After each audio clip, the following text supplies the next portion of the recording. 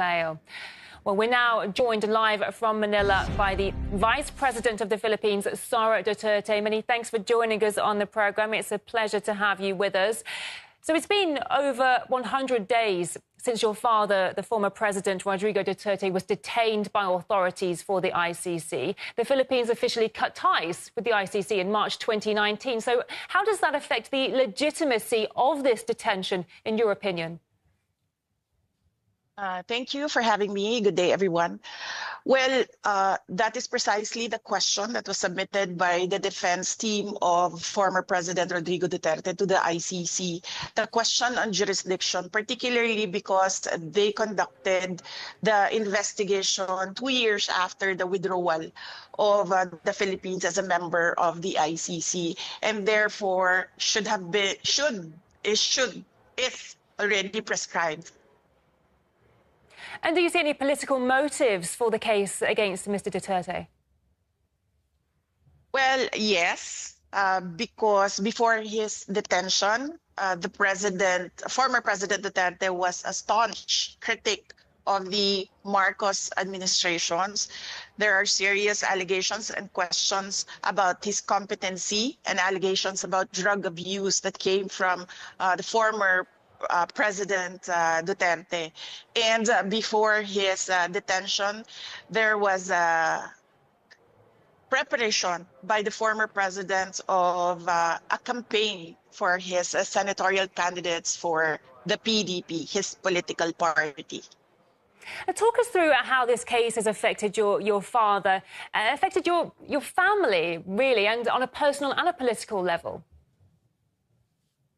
Well, the last time that I talked to my father, he always said that you make your own history in this world, and he leaves it all up to God, whatever will happen to him. And he also said that he did what is best for his country, rightly or wrongly. As for the family, we have been more closer now. The quirk about our family is that we forget our personal differences if we have a common adversary, and at the moment that is President Bongbong Marcos. You and your family have said many times that this arrest warrant is illegal, but the ICC is an international court, so where do you even go to appeal? There was a Senate investigation that was conducted by Senator Amy Marcos and was supported by some of the senators in the Philippine Senate. And she submitted her findings to the Ombudsman here in the Philippines, and she recommended filing charges against the individual who implemented the rendition on former President Duterte. You recently argued that your father should be permitted an interim release to a third country because of his age. He's 80 years old. What is his current condition at the moment, and what sort of toll is this case taking on him? At the moment, he's in his thinnest. You've never seen him this thin. I've seen him from pictures when he was single, and that was the thinnest that I've seen him, and this is about the same. At that time, I lost so much weight, and he has a problem with the cold and the weather in The Hague. And then he has of course, he has no appetite because the way that the food is cooked is not really the same as traditional Filipino dishes. And of course, there is that longing to be with familiar faces, family and friends. So there are certain days that it's a good day, and there are certain days that it's a bad day.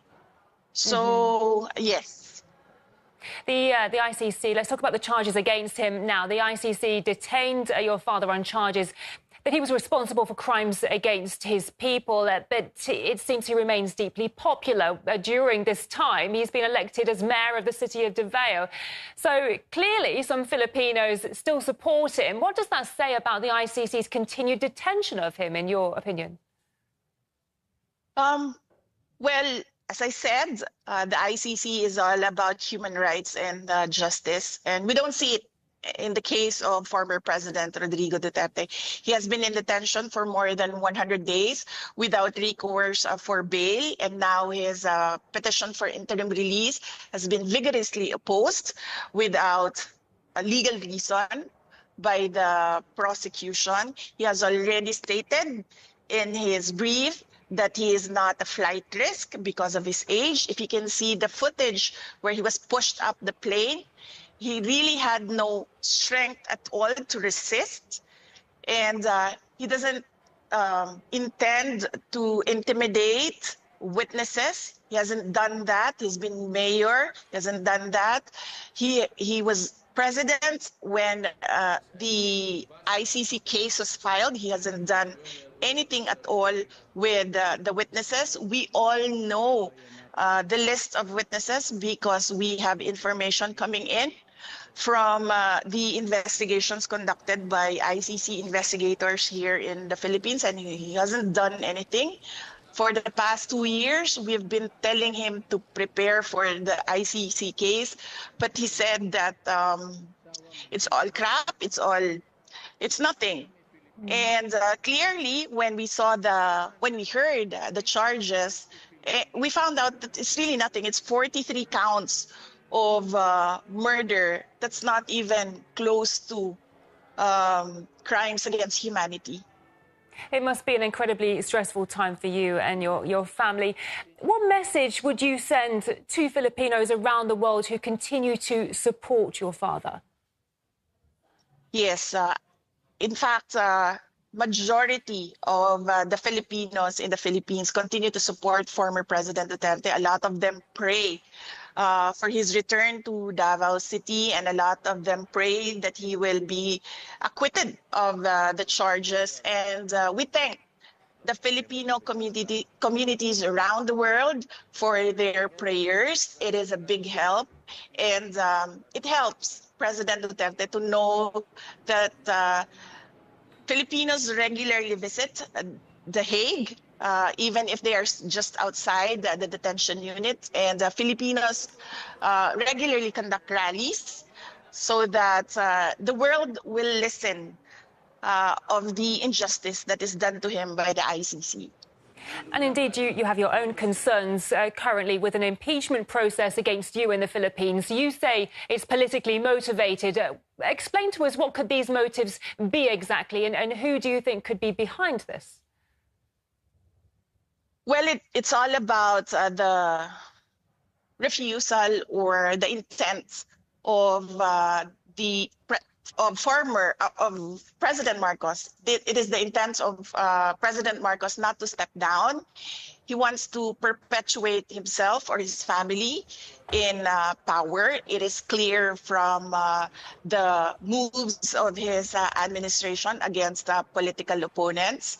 And in fact, one of his relatives, and this is a personal knowledge of mine, has expressed that he wants to run for president. This all started with the People's Initiative, wherein they wanted to amend the Constitution to shift into a parliamentary form of government where the Prime Minister is not voted by popular choice. When they failed in this, they started the impeachment. And clearly, evidence shows that the members of the House of Representatives, and many of them who signed, did not read the articles of impeachment. And one particular member of the House of Representatives already said publicly that there was money in exchange for the signatures in the articles of impeachment. Because I am the front runner in the presidential race in 2028, the survey shows that. And I think they want to eliminate the front runner. I see. Do you think there might be a connection between the detention of your father and the impeachment process against you? I believe so, yes. They think that if they take out former President Duterte, they will weaken me because it's one brand, it's one family. The Philippine Senate recently returned the impeachment complaint to the House. What will the next steps be? Well, I do not know with the Senate what will be their next steps. They required us to submit an answer to the articles of impeachment, and we did that. We submitted it the other day, and we're waiting for instructions from the Senate on what to do next. As you were just saying yourself, there are many people claiming that the impeachment process against you is designed to block your potential candidacy for the 2028 elections. Do you plan to run for the presidency if you are acquitted of the current charges? I have not planned anything for the presidential race of 2028. Some supporters have given me a deadline of the fourth quarter of the year 2026. So that is when I will decide if I will run for president on 2028. Your approval ratings are currently, well, reached 59% in March. What sort of public support have you received since then? Do you have a feeling that a majority of the Filipino people stand behind you? Well, I do not know. I don't have the numbers. I don't have the surveys. But I am comforted by the fact that wherever I go, people express their support and their prayers for former President Duterte. If we can just touch upon geopolitics for a moment, because the US often interferes in disputes between the Philippines and China in the South China Sea. I'd like to ask, what's your opinion on Washington's role in the region? Well, for the Philippines, our constitution clearly states that we should have an independent foreign policy. So our relationship with the US and our relationship with China should be two separate engagements, and we should not lean towards the US for our problems with China, particularly our issues in the West Philippine Sea. Yeah, the Philippines is kind of in the middle of all this, isn't it? Because the Philippines being a long-time ally of the US and Asia, at the same time, Manila maintains robust trade ties with China. So I'm just wondering how difficult it is for the Philippines to find the right geopolitical balance between these rival superpowers. Well, as you can see right now, the Philippines, clearly the administration of President Marcos is leaning towards the US and is alienating China. And I really believe, and I've been asking for his explanation on where is the independent foreign policy of the Philippines currently. And I believe that the Philippines should not be involved in the cooperation and competition at the same time of the US and China, being a middle power in the game of supremacy and domination. You need money and power, which the Philippines does not have at the moment. We will get to that in the future, but not right now. So it is best for us to stay in the middle. And as I said, keep our relationships separate and do not lean towards one country or the other. A pleasure speaking to you today. Many thanks for your time. We've been talking to the Vice President of the Philippines, Sara Duterte. Thank you. Thank you. So, the NATO alliance has agreed to boost